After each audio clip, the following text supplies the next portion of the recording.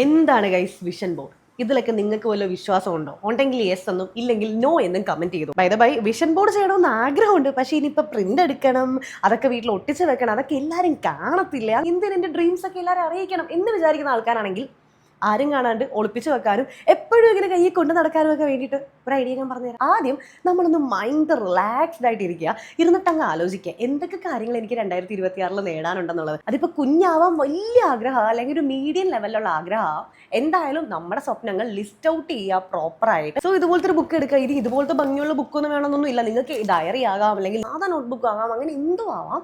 അത് പിന്നീട് അങ്ങോട്ട് നമ്മൾ സ്പെഷ്യലാക്കി മാറ്റുവാണല്ലോ. നമ്മൾ നേരത്തെ പോയിന്റ് ഔട്ട് ചെയ്ത് വെച്ചിട്ടുള്ള നമ്മുടെ ആ ഒരു ഡ്രീംസ് 2026 നമ്മുടെ മെയിൻ ലക്ഷ്യങ്ങൾ 20 ഉണ്ടെങ്കിൽ 20 കോളം വരയ്ക്കുക, 10 ഉണ്ടെങ്കിൽ 10 കോളം വരച്ചാൽ മതി. എന്നിട്ട് ഓരോ കോളത്തിനുള്ളിലും നമുക്ക് നേടിയെടുക്കാനുള്ള കാര്യങ്ങൾ അങ്ങ് എഴുതിയിട്ട് ആരും കാണാണ്ടിരുന്ന് പ്രാർത്ഥിച്ചിട്ട് അത് ഇങ്ങനെ അടച്ച് വെക്കുക.